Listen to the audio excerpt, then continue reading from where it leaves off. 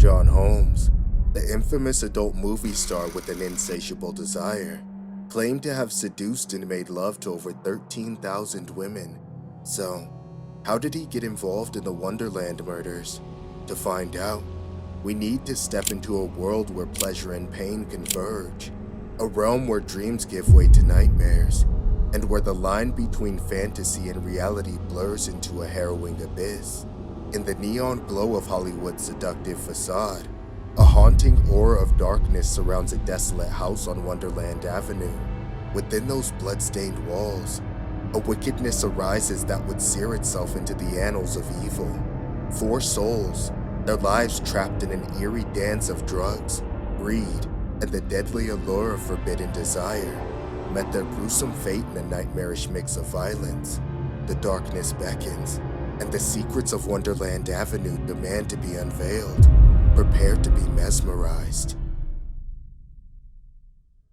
John Curtis Holmes, a name that soon became common in the world of shadows, came from the depths of a small rural town in Asheville, Ohio. Born on a sweltering summer's day, August 8, 1944, Holmes's humble beginnings provided no clue of the dark path he would tread.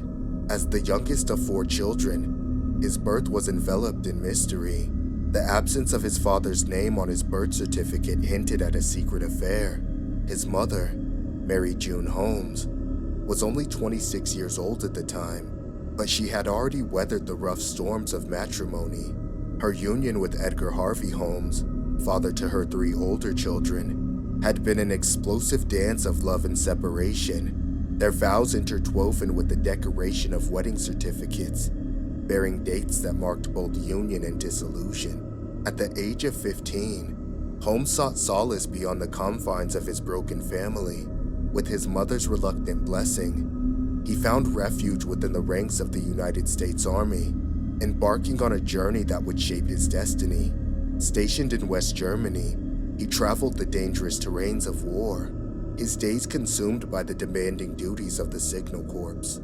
After 3 troubling years, Holmes bid farewell to the military and embraced the promise of a new chapter in the sprawling city of Los Angeles, the City of Angels, with its shiny mask and seductive appeal, cast its captivating spell on the wayward soul. Armed with dreams and a desperate hunger for purpose, Holmes pursued his place in urban life.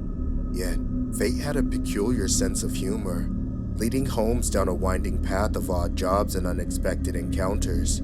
From marketing wares door to door to toiling in the depths of a coffee nibs factory, he immersed himself in the shadows of menial labor.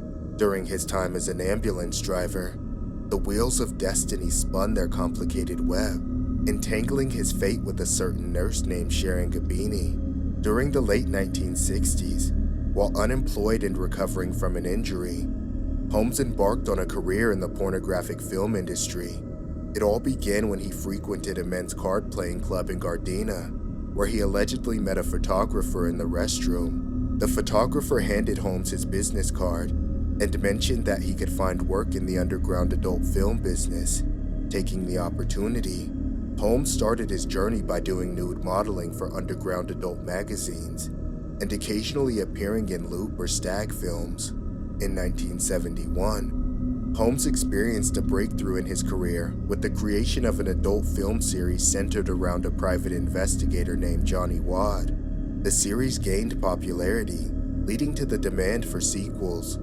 Despite ongoing legal debates, the adult film industry gained cultural recognition. By the late 1970s, Holmes was allegedly earning up to $3,000 per day as a porn actor.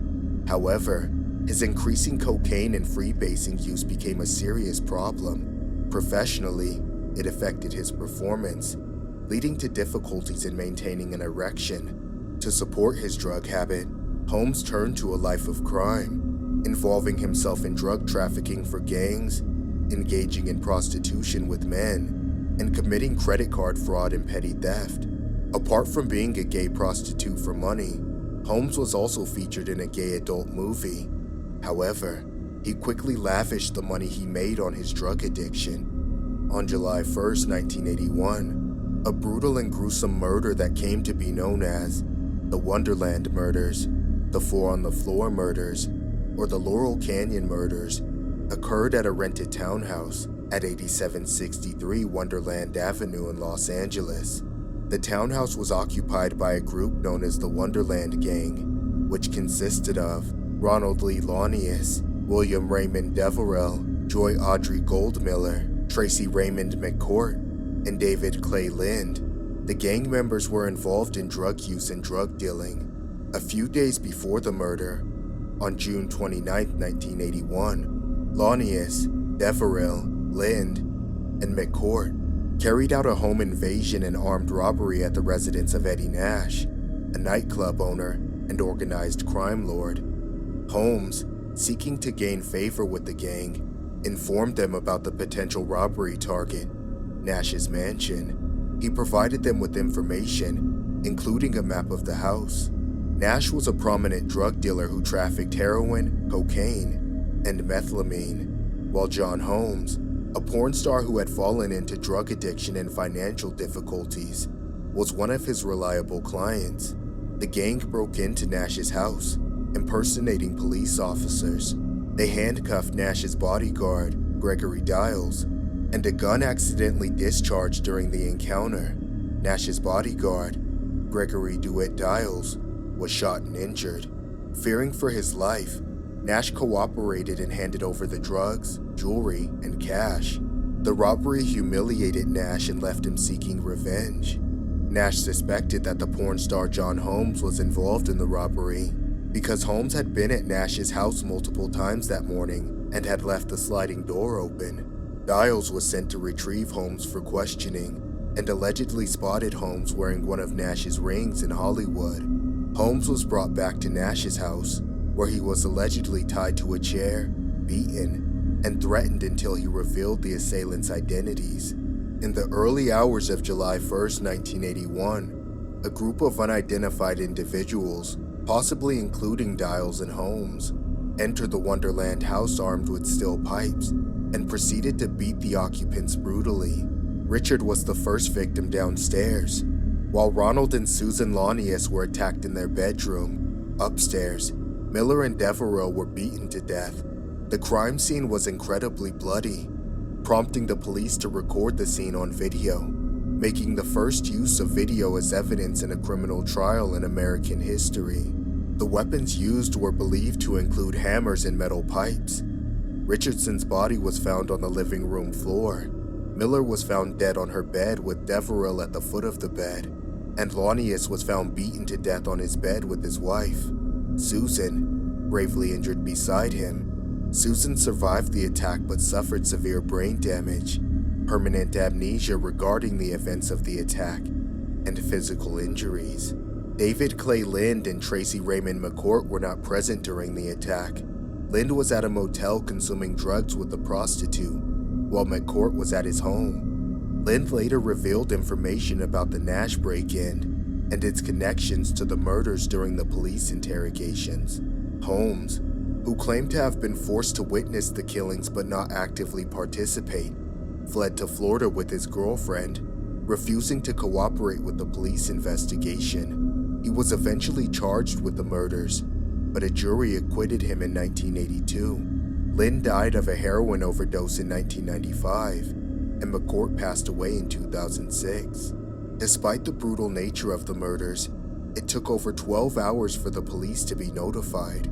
Neighbors reported hearing screams around 3 a.m., but they attributed it to the frequent drug-fueled parties and violence associated with the Wonderland gang, so no one called the police until the following afternoon. The Wonderland murders remain unsolved, although there were suspicions and connections to Eddie Nash and his associates. Eddie Nash faced legal troubles unrelated to the murders. In 1990 and 1991, he was tried for planning and committing the Wonderland murders, respectively. However, both trials resulted in acquittals. In 2000, Nash was arrested again on drug-related charges, including conspiracy to commit the Wonderland murders and bribing a juror. He struck a plea deal and admitted to bribing the jury, but did not confess to the murders. Nash received a prison sentence for bribery and money laundering charges. The truth of what transmitted that night may never be known. The case has remained a haunting and notorious chapter in Los Angeles' criminal history,